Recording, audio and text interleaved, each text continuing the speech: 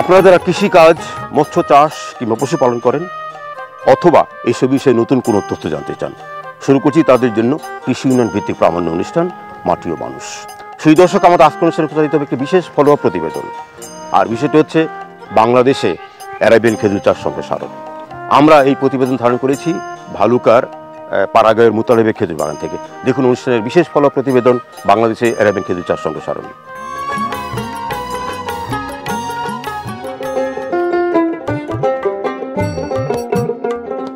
সাম্প্রতিক বছরে বাংলাদেশে অনেকেই শৌখিনভাবে অ্যারাবিয়ান খেজুরের চাষ শুরু করেছেন। তবে দেশে প্রথম অ্যারাবিয়ান খেজুরের চাষ শুরু করেছেন বলতে যার নামটি বেশি শোনা যায় তিনি হলেন ভালুকার পাড়াগাঁয়ের আব্দুল মোতালেব। মোতালেব ভাই, আপনার বাগানে তো আবার আসলাম বহুদিন পরে, এক যুগ পরে। এখন তো বাগান খেজুর দেখতে পাচ্ছি না, কখন খেজুর ধরে কখন কাটতে হয়? এটা তো জানুয়ারি ফেব্রুয়ারির মধ্যে মুকুল আসে। খেজুরের সিজন হলো জুন জুলাই মাসে। আচ্ছা, আগস্টের এক সপ্তাহের মধ্যে খেজুর এক দুইটা আমার দেখার জন্য এখন খেজুরের সিজন না, সিজন শেষ। আচ্ছা, তো এই যে দীর্ঘদিন পরে আসলাম, 2012 সালে 13 সালে আসছিলাম, 18 সালে আসছিলাম, শুনছি ইদানিং আপনি অনেক বড় করছেন খামারটাকে, নানা রকম গাছ বাড়িয়েছেন, গাছের বয়স অনেক বেশি, নানা রকম প্রজাতিও আসছে। এটা হলো আমি সৌদিয়ানের যে আমার 10 কাঠাতে আমাদের যে খেজুরের বাগানটা ছিল, এটা এখন আমার 7 বিঘা, এই জায়গাটার মধ্যে 6 বিঘা, আরেক বিঘা আরেকখানে বানাইছি। এগুলো আমার প্রত্যেক সম্পদ। মোতালেব সাহেব, আপনার সাথে দীর্ঘক্ষণ এসব বিষয়ে কথা বলবো, বাগানের শুরু কিভাবে, এখন কি অবস্থা। চলুন আমরা বাগানটা ঘুরে দেখি, আপনি পুরো বাগানটা। দর্শক মণ্ডলী, এই হলো মোতালেব, আমরা খেজুর মোতালেব বলে জানি।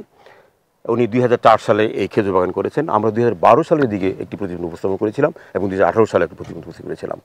তখনকার অবস্থা এখনকার অবস্থা অনেক পরিবর্তন আসছে। আমরা আজকের অনুষ্ঠানে এই মোতালেব সাহেবকে নিয়ে বাগান দেখবো, আপনাকে তুলে ধরবো এই বাগানের বর্তমান অবস্থা। চলুন আপনার বাগানটা ঘুরে দেখি। 2 দশক আগে 35 কেজি বীজ থেকে 275টি চারা তুলে আব্দুল মোতালেব এই বাগানে যাত্রা শুরু করেন। বর্তমানে 7 বিঘা জুড়ে মোতালেবের বাগানে মরিয়ম, লিপজেল, আম্বার ও সোকারি ইত্যাদি নানা জাতের নানা বয়সের খেজুর গাছের সংখ্যা হচ্ছে 3000। বাগানের সবচেয়ে বেশি গাছের সংখ্যা হচ্ছে আজুয়া জাতের খেজুরের।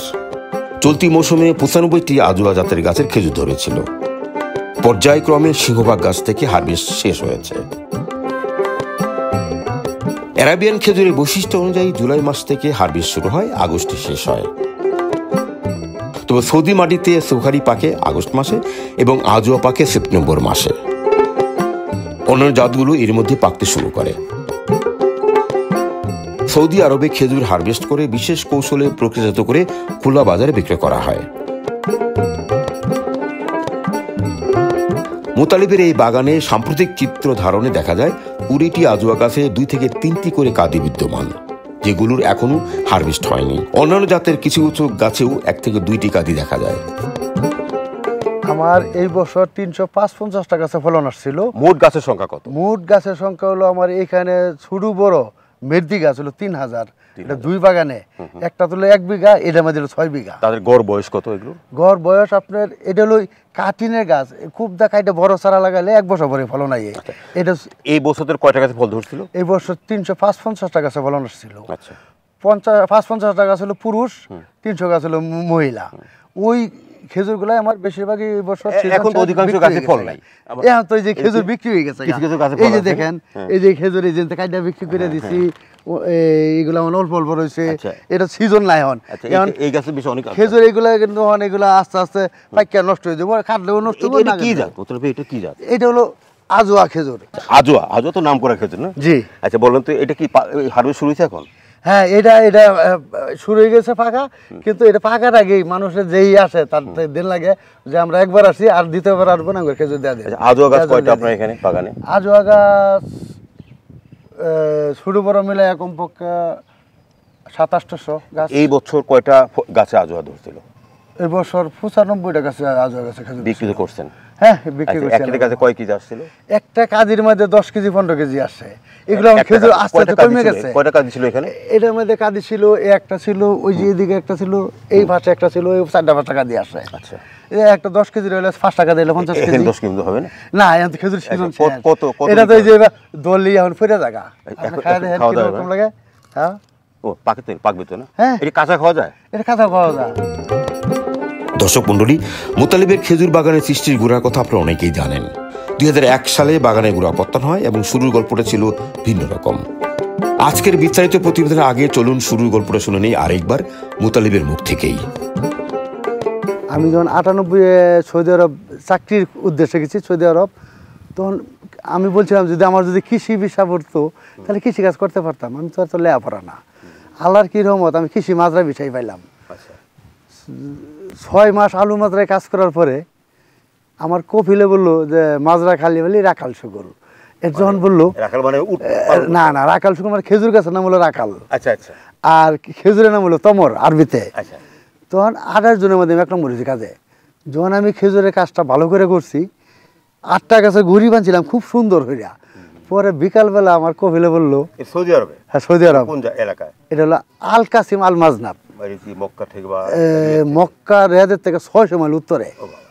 তখন 8টা গাছে ঘুরি বান্ধার পরে আয়া গেলো মিয়া মিয়া। যখন মিয়া মিয়া গেলো তখন আমার এই কাজের সবকিছু আমি পারবে 100 ভাগই শিওর হয়ে গেছে গা। যখন এই খেজুরগুলো আমি 2 মাস পরে পাকলো, নামলো, ছিললাম, খাইলাম। হ্যাঁ ওই গাছগুলোর মধ্যে তখন তো আমার ধারণা হলো এই খেজুর যদি আমি একবার বাংলাদেশে করতে পারি আমার জীবন আর বিদেশ করুন লাগতো না। ভালো মাটি, মরুভূমি তো। আচ্ছা ওটা পাথর আর ভালো।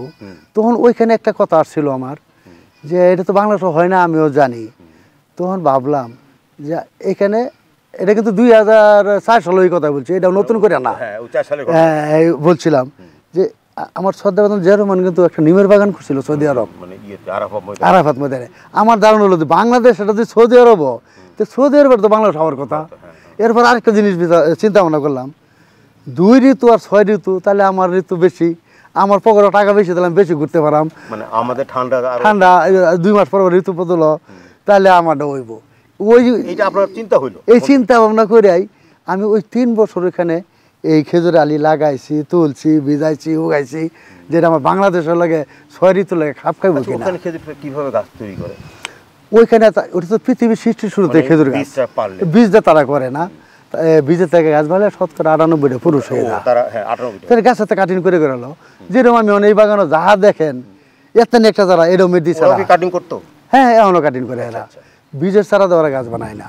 তো অনেক কাটিং করে করে আমি সব গাছ বানাই নিচ্ছি তাদের মতো করে। হ্যাঁ তাদের মতো করে। এই বাগানও আমার 14 বিড়ি বয়ে গাছ আর টাকার পিছনে তাকাইতে হবে না। আর এই গাছ বড় ছোট রাখতেও, বড় গাছ হলে চারা ছাড়তো না, ছোট গাছ হলে চারা ছাড়বো।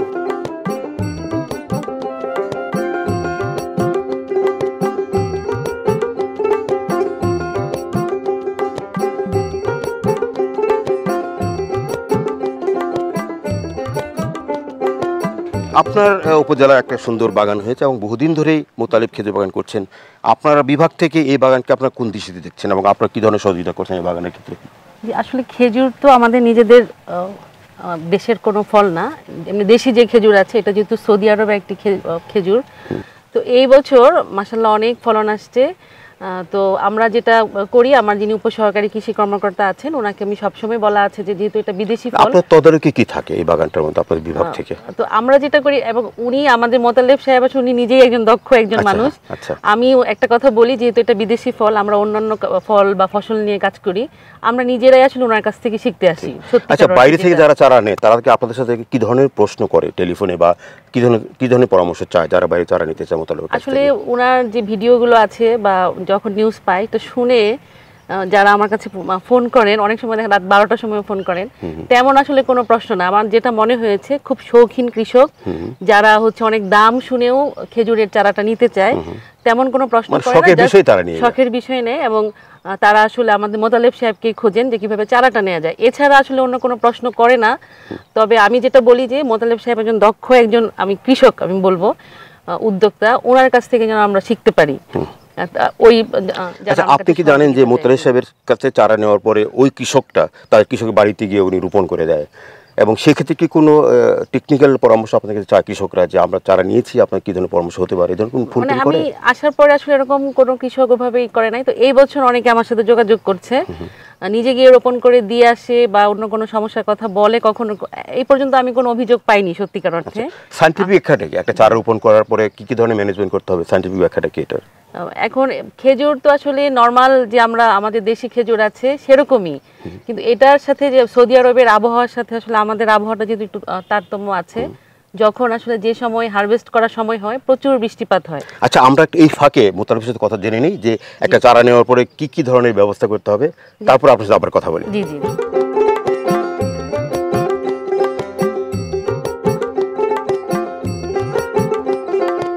এই যে এই গাছটা আপনি বড় বড় গাছ তা বিক্রি করা যায় না, খেজুর সহ বিক্রি করা যায়, খেজুর টিকে?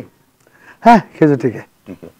এবং আমাদের সাথে মাটি বিভিন্ন রকমের, ধরেন যদি পটুয়াখালীতে যে লোক চারা নেবে, আবার দিনাজপুরে যে লোক চারা নেবে, সিলেটে যে লোক চারা নেবে, 3 রকম মাটি না? এটা আসলে ক্ষেতের কোনায় কোনায় মাটির বেশ কম। একদিকে দেখবে যে একটা ক্ষেতের মধ্যে এক ফসল ভালো হতেছে, এই ভাই আরেক কারো সার বীজ আমরা উৎসাহ করতে পারি না। এটা হলো আসলে আমাদের যে বাংলাদেশের মাটিটা, আমরা যদি ওইভাবে বলবার যাই সব জায়গা থেকে খেজুর হবে, সারা বাংলাদেশের কোনো জায়গা বাইরে খেজুর হবে। কত বয়সের চারাতে কতদিন বয়সে খেজুর ধরবে? এই চারার বয়স কত? এই চারাটা বয়স 3 বছর। 3 বছরে কয়বার খেজুর ধরলো? 2 বছর ধরে খেজুর হইতেছে। প্রথম বছরে কয়টা বাতি বেরিয়েছিল? প্রথম যে 2টা 3টা ছোট ছোট বাদি আইয়ে, এই যে এই বছর বেশি হয়েছে। এই বছর আইছিল 3-4টা। এই যে মোর এক বাদি ছিল, এই যে বাদি গাছ কাটা দিচ্ছি। তাহলে এই গাছটা থেকে 3 বছরের একটা গাছ থেকে বছরে কত কেজি খেজুর হয়? এই গাছটার খেজুরটা আমি 2000 টাকা কেজি বিক্রি করছি। মানে কত কেজি হয়েছিল? কমপক্ষে 15-16 কেজি খেজুর নামছে 3 টাকা দিয়ে মধ্যে। আর বাতিটা যখন বড় হবো তখন 10 কেজি 15 কেজি হবো। আর আমার ধরছি এক একটা মধ্যে 5 কেজি। এই তো মাটি সমভূমিতে অনেকে আবার ছাদেও তো লাগাই দিয়েছে না? আচ্ছা, ছাদেও লাগাই দেই। এটা আমি ছাদের বেলা বইলা দেই যে ছাদের রিক্স আমি নিব না। এই গাছটা 100-150 ফিট উঁচা হইলে, 40-60 উঁচা হইলে ছাদে কয় বছরে ফল ধরবে? আমি লাগানিতে ফল ধরা শুরু হবো। ওই যে গাছ না লাগা দিলে মিস নাই না, আপনি চারা নেওয়া 3 বছরের মধ্যে ফল ধরবে সেটাও? হ্যাঁ। কিন্তু এরকম 4-5 কাঁদি কি বেরোবো? হ্যাঁ, 4-5 কাঁদি পারিব, আরো বেশি পারিব। কিন্তু ছাদের ঝুঁকিপূর্ণ বড় গাছ হয়ে গেলে সেটার জন্য আমি দেয় না। আমি খেজুর ধরাই দেয়, হ্যাঁ করা যাবে। কারণ একটা গাছ যদি আপনার 30 হাত উঁচা তুফানে বাড়ি মারে গাছ তুলে হালাই দিবার পারে। এই টবের সিস্টেমে তারা লাগা। হ্যাঁ, মাটিতে এইটা গাছ মাটিতে লাগালে ভালো। অভিজ্ঞতা কি বলে? আপনি যে সিলেটে গাছ লাগাইছিলেন, তারপর রাজশাহীতে গাছ লাগাইছেন, ফরিদপুরে যে গাছ লাগাইছেন, তার মধ্যে কোনটাতে সবচেয়ে ভালো ফল আসছে মনে হয়? আমি এই কাছাকাছি দূরাবিগুলো যেগুলো তো ফল হলে বলে পরে তারা খোঁজ খবর হয় না। আমি মিরপুর 12 নম্বর ডিউসির মধ্যে খেজুর গাছ লাগাই দিয়ে মসজিদ, খুব সুন্দর খেজুর হয়েছে, তারা খেজুর খাইতেছে। কত দিনের বয়স এগুলো? এই গাছগুলা 4-5 ফিট কাট দিছি। আবার সুসাইড মসজিদে যে গাছটা লাগাইছি, ওই ওরা কয়েক বছর ধরে খেজুর খাইতেছে, খুব সুন্দর হয়েছে গাছ।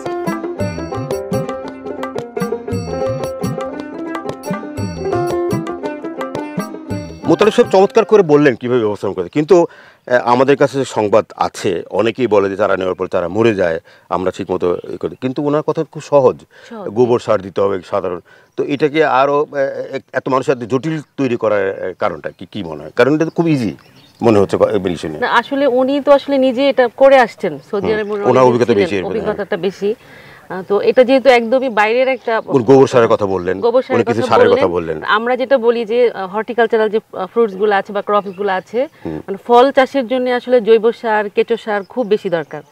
তো আমরাও বিভিন্নভাবে প্রদর্শনী দেই, কেঁচো সারের প্রদর্শনী দেই। এবং ফল চাষের জন্য এখানে যেহেতু ভালুকার মাটি আসলে ফল চাষের জন্য উপযোগী, তো কোনো কৃষক যদি যে কোনো ফসল, যে কোনো ফল, খেজুর বা অন্য কোনো গাছও যদি ওনারা রোপণ করতে চায়, আগে আসলে একটু জৈব সার দিতে হবে, কেঁচো সারটা ব্যবহার। আপনার উপজেলা এই খেজুর চাষ নিয়ে মানুষের মধ্যে আলোড়ন কেমন? যারা শৌখিন চাষি কিংবা যারা বাণিজ্যিক চাষ করতে চায় তাদের ক্ষেত্রে কেমন, মানে আলোড়ন কেমন? মানে ভালুকার কৃষকরা আসলে আমি যেটা দেখলাম অত বেশি আগ্রহী না, বাইরে থেকে অনেকেই আমার সাথে যোগাযোগ করেছেন। এবং ভালুকায় প্রচুর হচ্ছে জায়গা আছে যেখানে একদম পতিত পড়ে আছে, ওরকম বড় কৃষক অপেক্ষা করছে। উৎসাহিত করা যায় তো ইচ্ছে করে।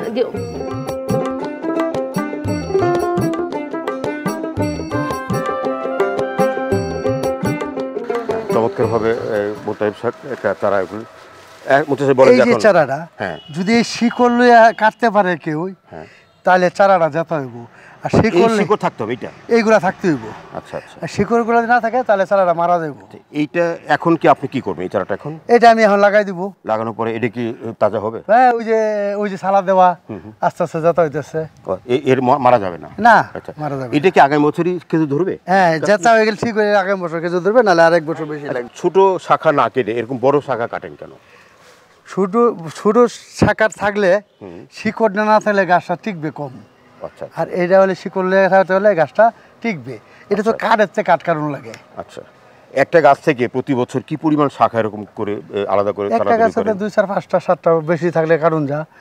এইভাবে এই মোতালিব তার বাগান থেকে একটি বড় গাছ থেকে এরকম তার আলাদা করেন বিশেষ কৌশলে। এবং এই মোতালিব এটাকে আপনি রোপণ করবেন? হ্যাঁ, রোপণ করব। রোপণ করার পরে কতদিন এটা ফল ধরবে? এটা যেতে হয়ে গেলে 2 বছরের মাথায় ফল আইব। আচ্ছা। আর যদি আরো তাড়াতাড়ি যেতে হয়ে যায় তাহলে সামনের বছর এটা মরে যাবে পাতাগুলো? এই ডাগগুলো মারা যাবে। তার মানে যদি তাজা হয় তাহলে 3 বছরই? হ্যাঁ, 3 বছর আগে ফল। এখন কি লাগাবেন? এখন লাগানোর কোনো কৌশল আছে? কোনো কৌশল নেই, ওই যে ওই নামটা সামনে এখন লাগাই। আচ্ছা, চলুন আমরা একটু লাগাই। আসেন।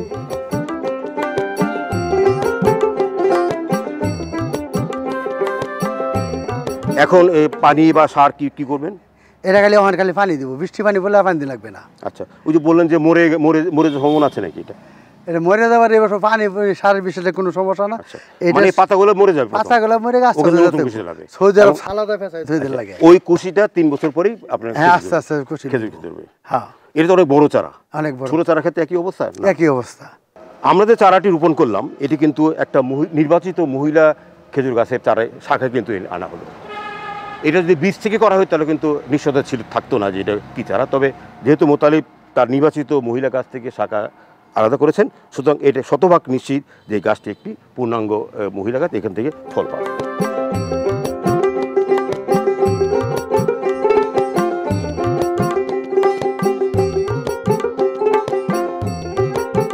আমরা এই মুহূর্তে মোতালিবের সেই বাণিজ্যিক খেজুর রসের বাগানে, যেখানে তিনি এই অ্যারাবিয়ান খেজুরের পাশাপাশি একটি বাণিজ্যিক খেজুরের বাগান করেছেন, যেখান থেকে উনি বাণিজ্যিকভাবে রস উৎপাদন করবেন।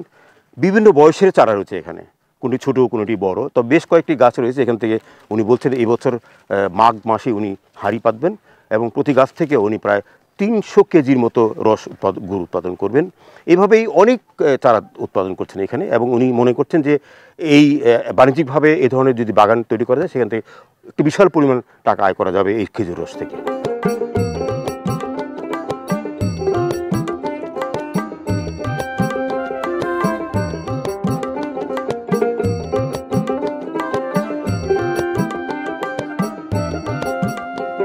ভালুকার পাড়াগাঁওয়ের মোতালেবের খেজুর বাগান নিয়ে এই ছিল আমাদের আজকের ফলো আপ প্রতিবেদন। আজ এ পর্যন্তই। আমাদের আগামী অনুষ্ঠানগুলো দেখবার আমন্ত্রণ জানিয়ে শেষ করছি আমাদের আজকের মাটি ও মানুষ। সকলকে ধন্যবাদ।